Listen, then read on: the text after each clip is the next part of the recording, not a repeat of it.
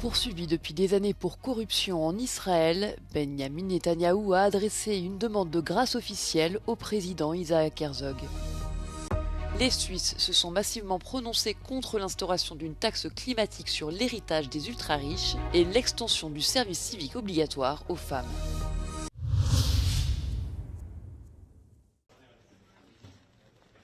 Accusé de corruption, d'abus de confiance et d'acceptation de pots de vin, poursuivi depuis des années dans 3 affaires distinctes en Israël, Benjamin Netanyahou a adressé une demande de grâce officielle au président Isaac Herzog.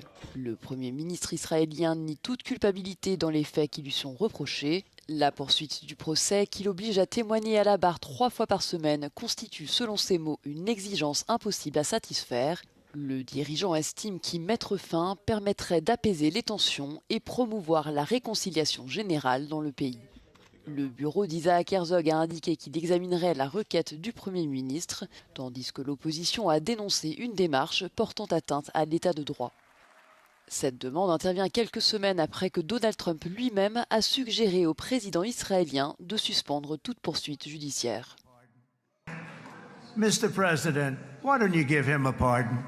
Soutenant que les accusations à l'encontre de Benjamin Netanyahou sont injustifiées, le président américain avait dénoncé une chasse aux sorcières.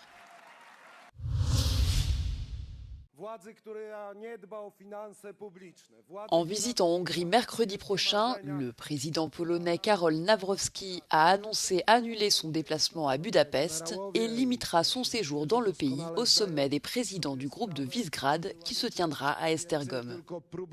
Le dirigeant renonce à sa rencontre prévue avec le chef de l'État hongrois Tamás Súlyog, ainsi qu'au sommet bilatéral entre la Pologne et la Hongrie qu'il devait présider avec Viktor Orban.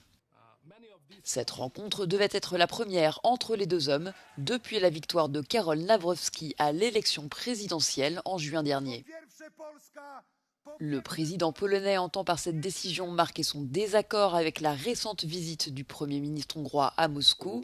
Viktor Orban y a affirmé vouloir continuer de compter sur l'énergie russe pour approvisionner la Hongrie.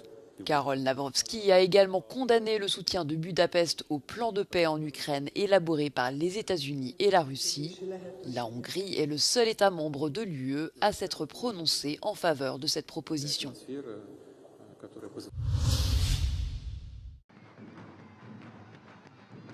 Le pape Léon XIV est arrivé au Liban, 2e et dernière étape de son premier voyage apostolique. Le chef de l'Église catholique a atterri à Beyrouth après un vol en provenance d'Istanbul, au cours duquel il a évoqué plusieurs crises internationales, appelant à la résolution du conflit israélo-palestinien par une solution à 2 États et exprimant son espoir de paix en Ukraine. À son arrivée, Léon XIV a été accueilli lors d'une cérémonie officielle en présence du président libanais Joseph Aoun et du Premier ministre Nawaf Salam. Également au programme du premier jour de son séjour, la plantation d'un cèdre de l'amitié dans le jardin du palais présidentiel. Ce lundi, le pape visitera le monastère de Saint-Maroun et Saint-Charbel à Anaya. De retour à Beyrouth, Léon XIV se rendra dans la baie de Saint-Georges pour une prière silencieuse en hommage aux victimes de l'explosion du port de la ville survenue en 2020.